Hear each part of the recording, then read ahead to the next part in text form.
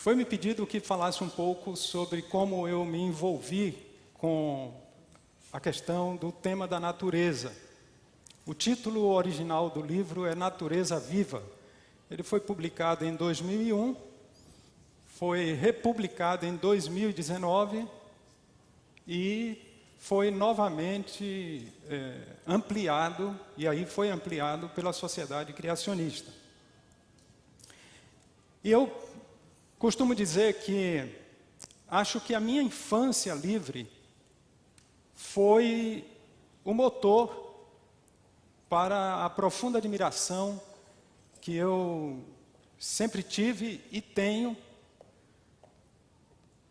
pela natureza. Admiração que desenvolvi por insetos. Tem gente que não gosta de insetos, mas eu gosto de insetos. Gosto dos rios, quer sejam eles de águas calmas ou caudalosas, árvores, flores, animais, mesmo aqueles ditos peçonhentos. Então eu tive uma infância livre, como toda criança deveria ter. Como toda criança deveria ter. Eu nasci numa cidade pequena do interior da Bahia, Itabuna, e ali meus pais não precisavam ter preocupações que os pais de hoje têm em relação à segurança de seus filhos, em relação a drogas, assaltos e outras coisas. Eles nunca pensavam em me proteger dessas coisas, porque na realidade eu podia brincar todos os dias na rua, todos os dias eu podia ir tomar banho no rio. Na minha cidade tinha um rio, ainda tem, mas coitado dele, já não corresponde mais àquilo que nós tínhamos naquela época. E eu aprendi a nadar muito cedo e todos os dias, invariavelmente, o rio ficava a uns 250 quilômetros, a uns 250 metros da minha casa, aproximadamente. E todos os dias eu ia para lá. Então eu tenho no meu corpo muitas marcas, eu tenho cicatrizes nos pés, tenho cicatrizes na minha cabeça, porque eu já pulei em cima de uma pedra de cabeça, dando um mergulho assim, né? Mas minha mãe não tinha, assim, aquela preocupação, não. Eu era um ser livre, né? E graças a Deus nunca me envolvi com drogas, porque naquela época não tinha droga no meio da rua. Nunca me envolvi com coisas... Alô? O quintal da minha casa era bem grande. Lá no quintal da minha casa tinha um poço onde eu criava tucunarés. E eu levava comida para os tucunarés, pegava minhocas e levava para eles. Quando o rio da cidade enchia, ele enchia o poço. E nós tínhamos que esgotar, tirar aquela água que vinha cheia de resíduos, para poder deixar a água em condição de uso. E eu descia lá os 9 metros por uma corda para limpar a parte...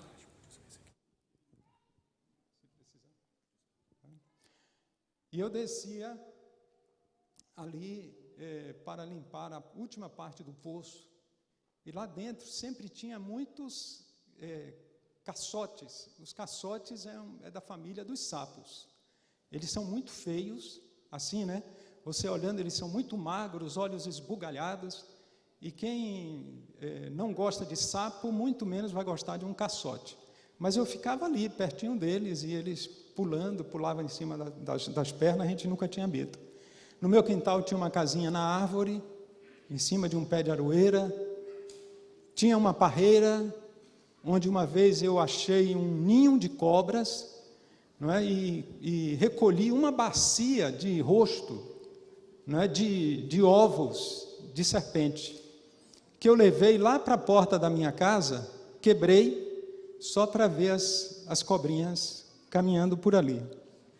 Então, quando eu tive a chance de escrever, dentro de uma situação que surgiu na casa publicadora, de uma necessidade, eu comecei a fazer uma inspiração juvenil, aquilo brotou, foi a primeira coisa que veio à minha mente. Eu vou escrever sobre a natureza. Então isso foi uma coisa que bastou eu sistematizar meus pensamentos, encontrar as palavras, fazer algumas pesquisas e o livro saiu. Quando as águas do rio Cachoeira, o rio da minha cidade, elas transbordavam, elas invadiam a cidade de Itabuna. A minha casa foi diversas vezes inundada com a água do rio. E quando as águas baixavam, ficavam muitas serpentes, que elas saíam do mato, né, trazidas pelas águas, e elas ficavam por ali, pelo meio da rua. E muitas vezes eu peguei dessas serpentes, pequenas serpentes, venenosas, jararacas, e eu colocava dentro de uma garrafa. Então vocês vão dizer, esse menino não era uma coisa, né, simples de lidar. Eu pegava a garrafa, colocava na frente da cobra, com um pauzinho eu tocava ela, e ela entrava. Fiz isso várias vezes, né? Antes mesmo que eu soubesse que Satanás é a antiga serpente. Antes mesmo. Eu brincava com isso e matava aquelas cobras. Essa outra serpente, ela tem uma obra-prima nesse mundo, tem uma missão na terra. Desde o início da guerra no céu, essa serpente, ela tem uma missão, que é confundir a identidade e o caráter de Deus. Essa é a missão de Satanás. Primeiro, ele lança dúvidas sobre a existência de Deus. Será que ele existe? Será que ele não existe? E ele faz isso através de várias formas. Por exemplo, quando as pessoas identificam a natureza como sendo uma entidade, é uma maneira de confundir a presença do Criador no mundo. Mas diante das evidências é difícil sustentar essa tese de que Deus não existe. É tão difícil que até mesmo célebres ateus confessaram a existência dele. E disseram ser ateus unicamente porque resolveram entrar em guerra com Deus. Para mim, você não existe. A outra forma que Lúcifer usa é atacar a Deus com notícias falsas, com fake news, com falsos boatos sobre Jeová. Deus é cruel, Deus é indiferente à dor humana. Ele vê as pessoas sofrendo, mas ele não está nem aí. Um mês antes do nascimento da minha neta, em Sydney, nasceu uma criança com um tumor no cérebro, e ela não saiu do hospital mais. A criancinha nasceu e ela já foi fazer uma cirurgia. 1 ano e 7 meses depois de intubações, tratamentos químicos, essa criança continua com esse tumor e em processo de metástase. E como é possível um Deus de amor, muitas pessoas perguntam, permitir uma situação como essa? É a acusação quase perfeita do inimigo. Deus é injusto e cruel. Todo esse ódio de Lúcifer não é capaz de suprimir, nem de ocultar a verdadeira face do Criador. Quando nós olhamos para o Calvário, ou quando nós olhamos para a natureza. Nesta guerra cósmica universal entre poderes celestiais e poderes malignos, nosso Deus fala continuamente com a sua criação. Lutero dizia que a solução para o Deus escondido da teologia é conhecer o Deus revelado, o Deus que se mostrou a nós. Acontece que nós não temos condição de, por nós mesmos, conhecer esse Deus, diante de toda a confusão que o maligno armou, nós não temos essa condição. Deus, Ele se auto-revela, porque Ele se revela para quem Ele quer, quando Ele quer, da maneira como Ele quer. E uma das formas que Deus usou para isso, ou que Deus usa para fazer isso, é através da natureza. Assim como a Bíblia, irmãos, a natureza não tem a revelação absoluta de Deus. Não tem. Mas a revelação necessária para que nós possamos conhecê-lo como Criador, como mantenedor e como Redentor. Então, no Salmo capítulo 19, Davi falou sobre o céu que estava acima dele, como uma forma de revelação de Deus. Então ele diz que os céus proclamam a glória de Deus, Salmo 19, versos de 1 a 4. E o firmamento anuncia as obras das suas mãos. Um dia fala a outro dia, e uma noite revela conhecimento a outra noite. Não há linguagem, não há palavras, e deles não se ouve nenhum som. No entanto, por toda a terra se faz ouvir a sua voz, e as suas palavras até os confins do mundo. Eles não têm uma linguagem audível, palavras, mas sem palavras eles conseguem falar. Eu trouxe aqui muitas informações sobre as estrelas, os bilhões de estrelas que existem no universo, a distância média entre as estrelas, não é? De 50 trilhões de quilômetros. E alguém disse que se você quisesse ter uma ideia do que são 50 trilhões de quilômetros entre uma estrela e outra, você teria que entrar num ônibus espacial e viajar a 8 quilômetros por segundo, e você precisaria viajar mais de 201 mil anos para poder ir de uma estrela para outra. Agora, os astrônomos dizem que o número de estrelas no universo, não é?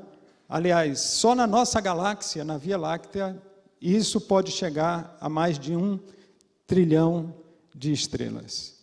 Então, é muita coisa, o mundo é muito grande, por isso que o próprio Deus, Ele fez a pergunta: com quem vocês vão me comparar? Isaías capítulo 40, 25. Quem se assemelha a mim? Ergam os olhos e olhem para as alturas. Quem criou tudo isso? Aquele que põe em marcha cada estrela do seu exército celestial e a todas chama pelo nome, tão grande é o poder e imensa a sua força, que nenhuma das estrelas deixa de comparecer. Isaías 40, verso 26. Então a criação é algo exageradamente grandioso. E por trás dessa grandiosidade está alguém que é maior ainda. Alguém que é infinito, que é onipotente, que é onisciente, que é onipresente. Mas não é só o céu acima, é também a terra embaixo de nossos pés. Eu acho maravilhosa a síntese, que é chamada de fotossíntese. Que coisa maravilhosa! A luz solar sendo utilizada como a energia para transformar dióxido de carbono, água, sais minerais em carboidratos. Nossa comida, nosso alimento. Existe um mundo invisível aos nossos olhos, que de tão pequeno precisa de equipamentos para ser visto. E nós podemos treinar nossos olhos para ver as coisas. Na chácara onde eu morava, lá em Tatuí, enquanto trabalhava na CPB, eu tinha um pomar, que eu mesmo fiz. Eu estou fazendo agora o segundo pomar da minha vida, um jardim, com frutas, com flores, agora em Vitória da Conquista, na Bahia. Vai ficar mais bonito do que aquele de lá. E um dia, um sábado assim como esse, houve uma chuva torrencial. Aliás, à noite já amanheceu, a madrugada já foi com chuva e choveu toda aquela manhã. Nós fomos para a igreja à tarde, depois do almoço, abriu aquele céu e o sol, brilhou. E eu saí, como eu fazia invariavelmente, todo sábado, eu passeava no pomar. E me chamou a atenção, num pé de seriguela, a casa de uma vespa. Ela se chama Vespa Tatu, porque ela faz uma casa vertical no formato das costas de um tatu. Parece um casco. Ela pode ser muito grande, pode chegar a 1 metro. Mas aquela ali tinha 30 centímetros de comprimento e tinha 9 centímetros de largura. E eu me aproximei e eu comecei a ver um movimento diferente naquela comunidade de vespas. A vespa tatu, ela é bem grande, ela chega a 3 centímetros, é quase negra, ela é assustadora. Mas eu me aproximei e eu vi que estava acontecendo alguma coisa ali. Uma parte da casa estava um pouco destruída, bem no encontro com o tronco da árvore, e ensopada, aquilo estava molhado. E então eu me aproximei mais, com cuidado, é claro, mas eu me aproximei sem fazer barulho, e eu vi que tinha um grupo de vespas em cima da casa. Aquilo é feito com celulose, com pasta de madeira, e elas estavam batendo as suas asas. E elas faziam aquilo, chegava a fazer um barulho, como se fosse um ventilador. E tinha um outro grupo de vespas que entrava e saía. Ela saía, se posicionava em cima da casa e cuspia alguma coisa. Eu via que caía um líquido ali da boca ou da vespa. E eu fiquei curioso, falei, o que será esse líquido aí? Eu fui, coloquei a minha mão embaixo, aparei, cheirei, provei, não era viscoso, não era viscoso, era translúcido, e era o que, irmãos?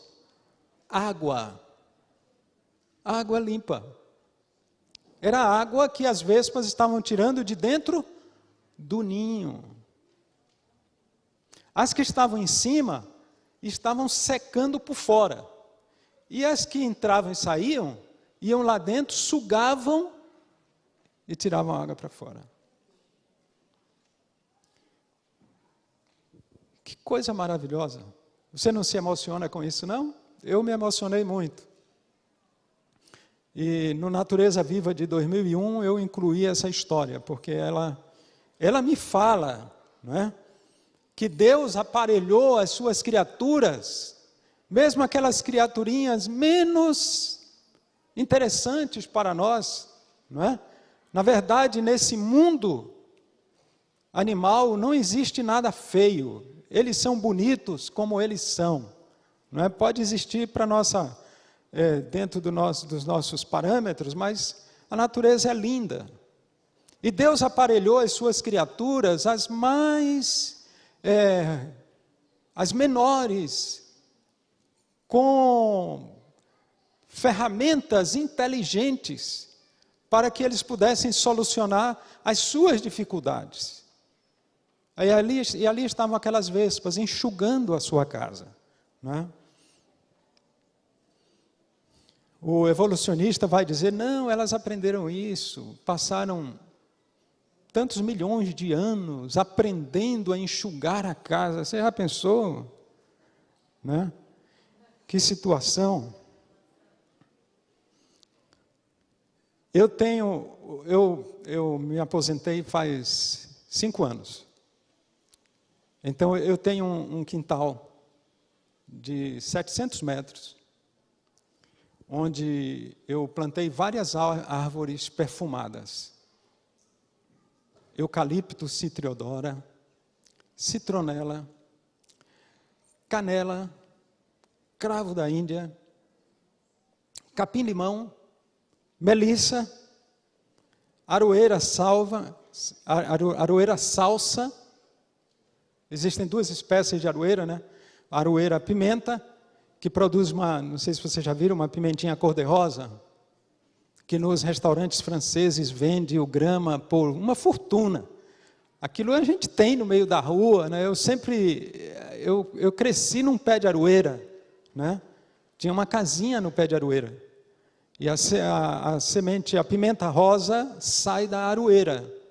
Então eu plantei uma no meu quintal hoje, né? No saudosismo. E uma das coisas mais gostosas que tem é quando eu estou andando lá e o vento traz o cheiro do eucalipto, traz o cheiro da citronela. Ou a gente passa perto, esmaga uma folha ou se arrasta nela e o cheiro recende. No livro Ciência do Bom Viver, Ellen G. White, ela diz que os perfumes, o odor das árvores, das plantas, eles curam a alma. Eles trazem felicidade ali para aqueles que têm esse contato. Irmãos, a natureza é um livro sem palavras, que todo mundo pode ler. E através da natureza, Deus está falando todo dia com todas as pessoas.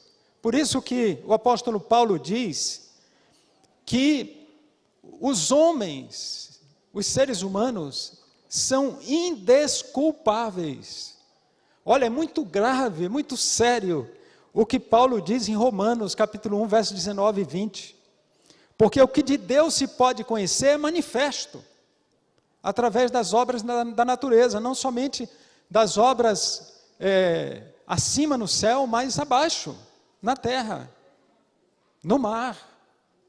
Deus está falando, e Deus está falando com todo mundo. Ninguém poderá dizer no juízo que jamais ouviu a voz de Deus.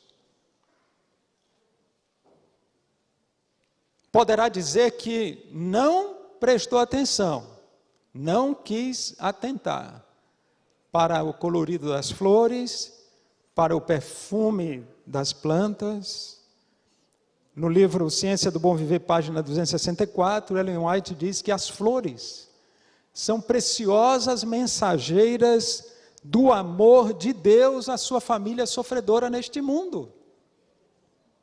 As flores são mensageiras silenciosas deste amor de nosso Pai. Então, assim, antes de um missionário bater a porta de alguém, Deus já foi. Você acredita nisso? Antes de um missionário bater a porta, Deus já foi. Deus já esteve lá. Antes de uma mensagem como essa chegar através da rede, através da internet, Deus já foi lá. Então, quando eu penso que a volta de Cristo depende exclusivamente da minha ação, não. Deus é o maior de todos os missionários. A natureza fala, as flores falam, os animais falam, as estrelas falam. E na hora que o relógio de Deus bateu o momento, ele vai voltar. Não nos preocupemos com isso. Eu não estou dizendo que não faça nada, né? Não. O verdadeiro Filho de Deus nasce no seu reino como missionário. E a voz de Deus na criação abre caminho para a voz da graça de Deus no Evangelho, na palavra. A criação é uma revelação parcial de Deus. A Bíblia, ela amplia essa revelação. Cristo, ele chega ao ápice. Os céus, irmãos, declaram a glória de Deus, mas as Escrituras dizem o que Deus fez a fim de podermos participar da sua glória. Então é uma complementação. Eu tinha tanta coisa para falar aqui, mas eu já tenho 45 segundos. Eu não sei o que eu posso dizer para vocês. Eu vou falar o seguinte: qual é o propósito da sua vida neste mundo? Por que você está aqui? Eu li de C.S. Lewis uma solução para isso, uma razão para a nossa existência aqui, que eu achei muito interessante. A razão da nossa existência nesse planeta é estabelecer um relacionamento com a pessoa que nos colocou aqui. E enquanto esse relacionamento não for estabelecido, nós nunca seremos felizes. Todas as nossas tentativas de encontrar felicidade, quer seja através do dinheiro, do casamento perfeito, da profissão maravilhosa, né, pelo poder, tudo que buscamos por toda a nossa vida jamais será suficiente, nunca podendo satisfazer inteiramente o desejo, preencher o vazio, ou acalmar a ansiedade ou nos fazer felizes. Por uma razão única. E a razão é: não há como encontrar felicidade em outro lugar do mundo, porque a felicidade não está aí. A felicidade não está em nada disso. A felicidade só está em Deus. É nele que a felicidade está. É nele que está a paz. É nele que está a nossa salvação. Bom, irmãos, o negócio ali já está vermelho e eu quero desejar que Deus possa te abençoar, que você seja despertado cada vez mais. Olha aqui, em cada metro quadrado, de onde você estiver, tem 2 aranhas. Portanto, não tenha medo de aranhas. Qualquer lugar onde você estiver, aqui dentro dessa igreja, na sua casa, no lugar mais ascético que você estiver, vai ter 2 aranhas por metro quadrado. Porque as aranhas, elas se multiplicam tanto, que se não fossem os freios e contrapesos biológicos, nós já estaríamos soterrados no mundo por aranhas. Porque cada aranha pode produzir 1000 ovos e 1000 aranhazinhas. Então eu quero pedir que você observe a natureza, veja como ela se comporta e como Deus fala para você. Bom, eu tenho que parar, eu vou chamar aqui o pastor Jim. Que Deus te abençoe. Hoje à tarde, compareça, esteja aqui conosco e nós vamos continuar essa nossa conversa. Pastor Francisco Lemos, obrigado por reforçar e aquecer o nosso coração com a criação de Deus, a importância de termos sempre em nosso coração esse Deus maravilhoso que é o nosso Criador, que é o nosso Criador. Fique aqui junto com a gente. A igreja, ela se move, e a Igreja Central de Brasília é uma igreja que em seus mais variados ministérios, desde lá dos aventureiros, as classes infantis, temos apenas um único propósito, que é colocar esse Deus Criador no coração da nossa família, dos nossos filhos. O nosso objetivo, o nosso propósito é a salvação de pessoas, não importa a idade. O que nós queremos é que cada pessoa, cada família tenha um encontro especial com Cristo Jesus e tome a sua decisão. Eu quero chamar aqui a Laila e o pastor Salomão. A Laila e o pastor Salomão. O pastor Salomão é um amigo da família. Está aqui o Alexandre, a Lindy entrando. Pastor Salomão, pastor lá da Igreja Central de Campo Grande, no Mato Grosso do Sul. É uma alegria, pastor, recebê-lo aqui em nossa igreja, na sua igreja.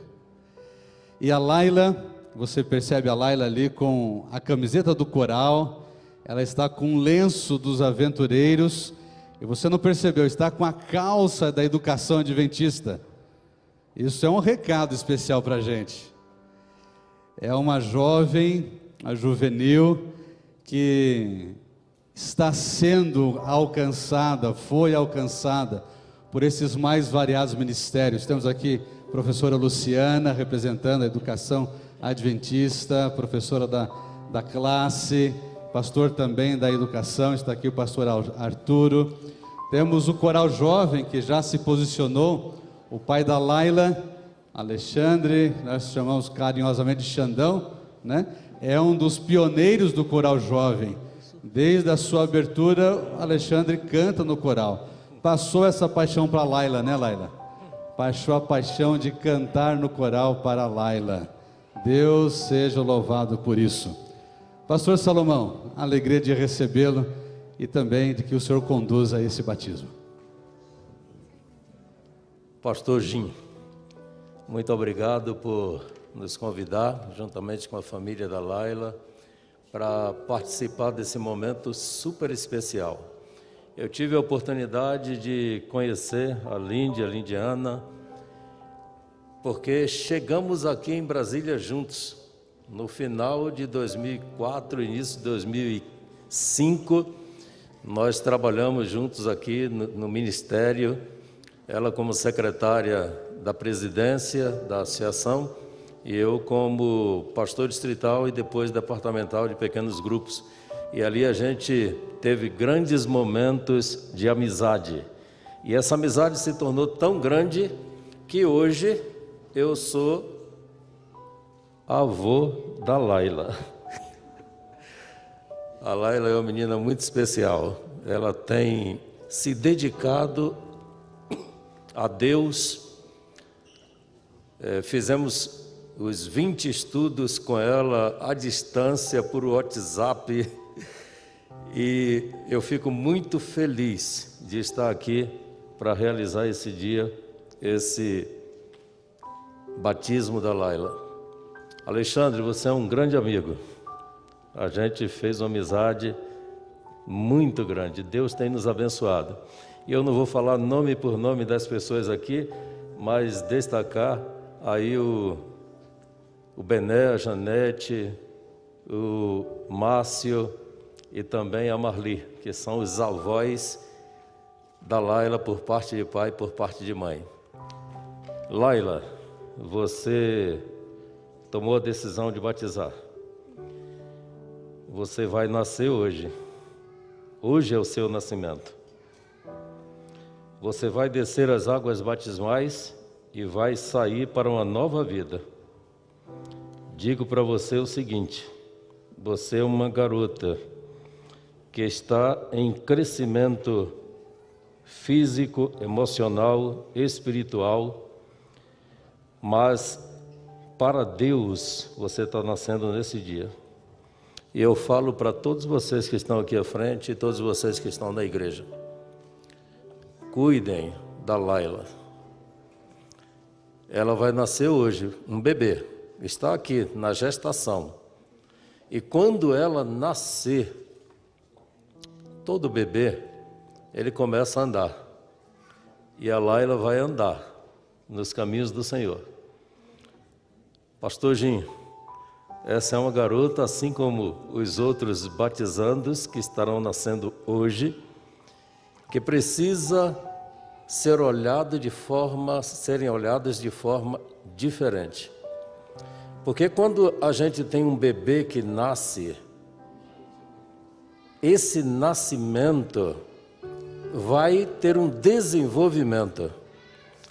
Agora imagine, quando a gente tem um bebê que começa a dar os primeiros passos, começa a engatear, depois dá os primeiros passos, a vibração dos pais, a vibração daqueles que estão perto, olha, andou, caminhou, é uma alegria imensa. Aí quando o bebê cai, o que é que a gente faz? Chuta, é assim? Não, a gente pega o bebê, coloca em pé e diz, vem de novo para o papai, vem de novo para a mamãe, vem para a vovó, vovô. E vai dar mais alguns passinhos e quem sabe cair. Mas nós estamos ali para cuidar, para amparar. E é isso que a gente pede para vocês, para ampararem aqueles que estão nascendo. A Laila tomou uma decisão. A decisão de entregar o coração a Jesus Cristo. E nasceu hoje, para a glória de Deus.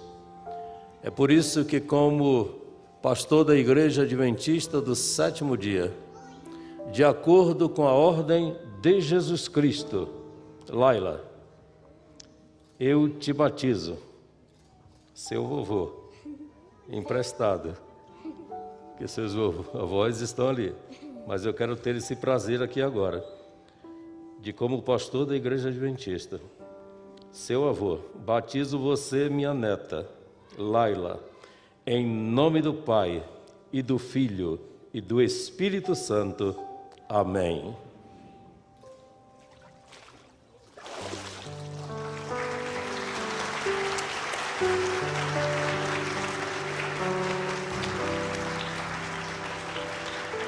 Deus seja louvado pela decisão da Laila. Estão aqui os amiguinhos, os aventureiros, a família.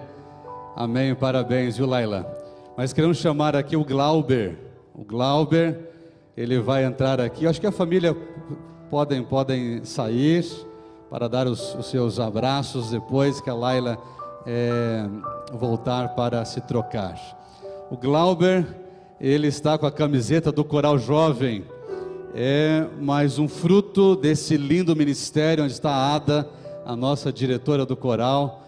Mais um lindo fruto, Ada, do Ministério do Coral Jovem da Igreja Central de Brasília. Glauber, Deus seja louvado por sua decisão. É um jovem que vem para somar, fortalecer a nossa caminhada. Deus seja louvado por isso.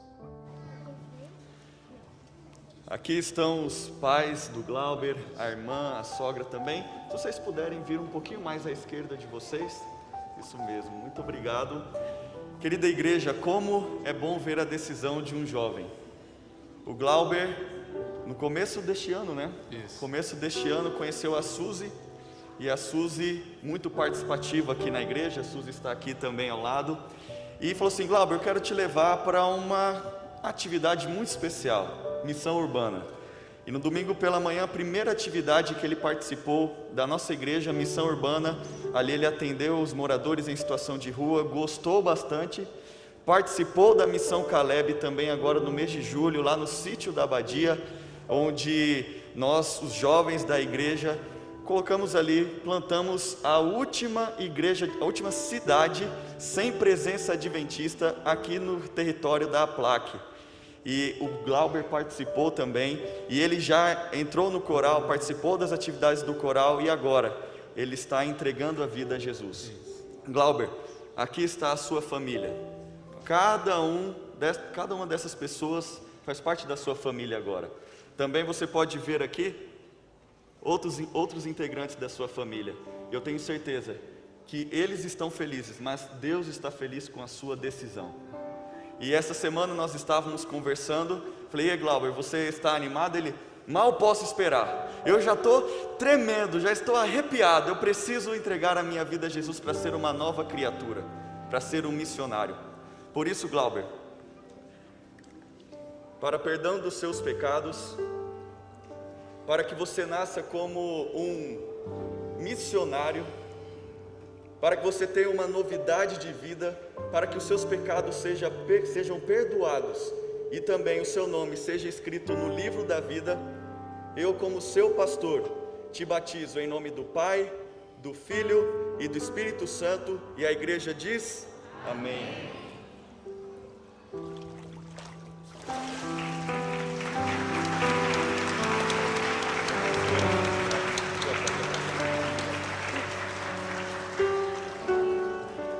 Como é bom ver essa festa.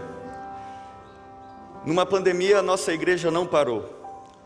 Algumas pessoas poderiam até falar: como nós vamos fazer missão? Como vamos ter ensaio do coral? Como vamos ter missão Caleb? E vocês perceberam que a nossa igreja, os ministérios da nossa igreja não pararam. Nós temos aqui a representação pela Laila, Educação Adventista, Clube de Aventureiros, também o Ministério da Educação Infantil. Nós temos o Ministério dos Jovens, Missão Caleb, Missão Urbana, Coral Jovem, tudo isso com o único objetivo: pregar o Evangelho. Mas a festa não pode parar, a festa continua. Também nós temos classes bíblicas, nós temos a escola sabatina, pequenos grupos, o contato, o ministério pessoal.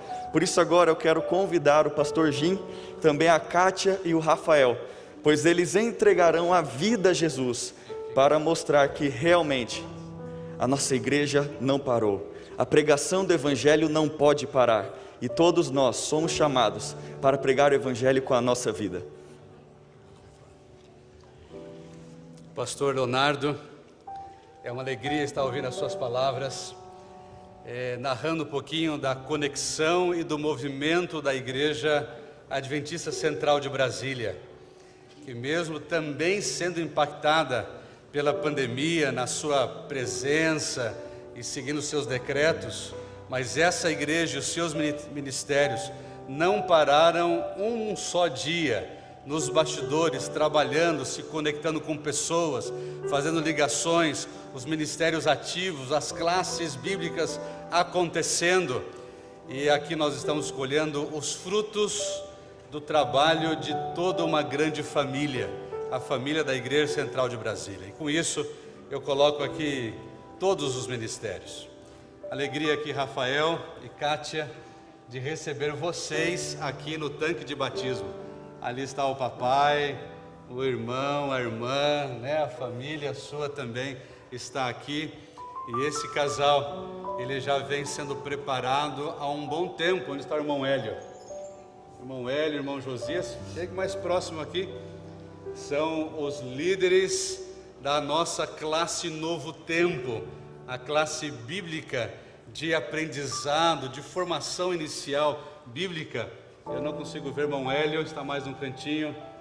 Obrigado, irmão Hélio, irmão Josias, pela dinâmica de vocês, aonde ensinam a Bíblia todos os sábados na classe Novo Tempo. E uma alegria, viu, Rafael? Eu vejo que você está bem emocionado. Eu creio que essas lágrimas são lágrimas de alegria, de gratidão a Deus, né, Kátia? Por esse momento muito especial. E como seus pastores, nós temos a alegria de batizar, ficar mais pertinho aqui, nós, né? Batizar vocês juntos aqui, um casal que selam a vida para um recomeço especial ao lado de Cristo Jesus. Agora a família está completa, não é assim? A família está completa agora, todos batizados para a honra e glória do nosso Senhor Jesus Cristo. Para uma nova vida, Rafael e Kátia, ao lado de Cristo Jesus, para perdão dos seus pecados, para alegria no céu e também a festa e alegria nessa terra, aonde vocês testemunham do amor de Cristo Jesus. Eu e o pastor Leonardo batizamos você, Kátia, batizamos você, Rafael, em nome do Pai, do Filho e do Espírito Santo. E toda a igreja diz: amém.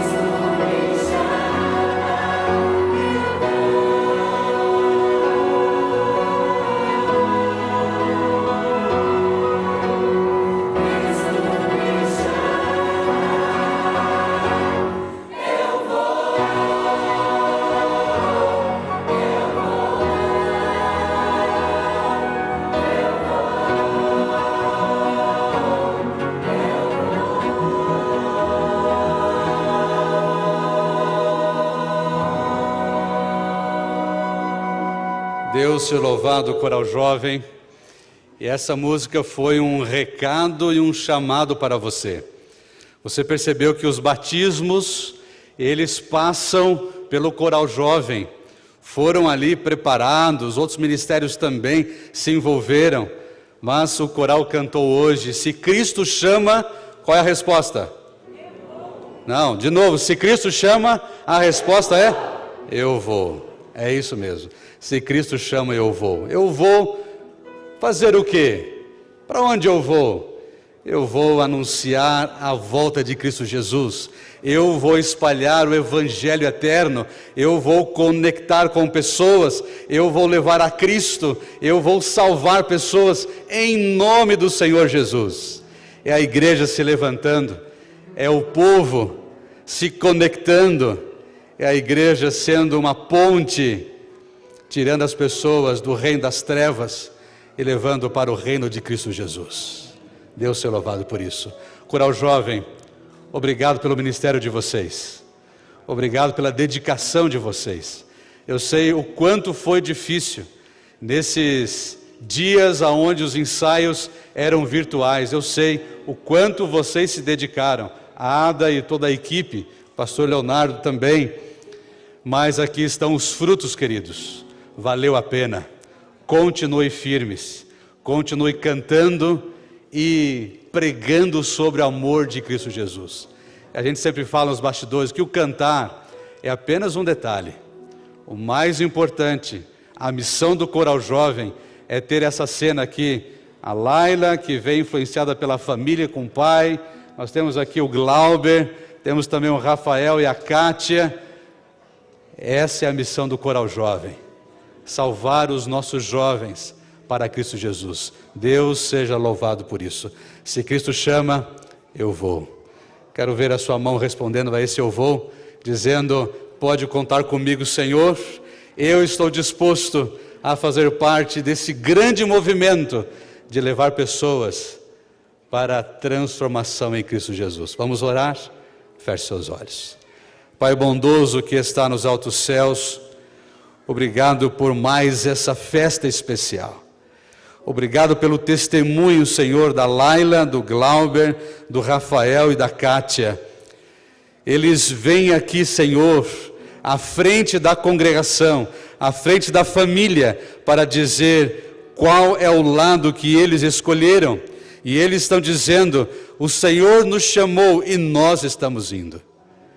É também um recado para a igreja dizendo, vamos juntos, porque pouco tempo resta, Cristo Jesus está voltando e nós precisamos preparar e conduzir mais pessoas para a eternidade. A igreja levanta a mão dizendo, eu vou, aqueça essa decisão, fortaleça a caminhada dessa grande família da Igreja Central de Brasília. Nós queremos salvar mais.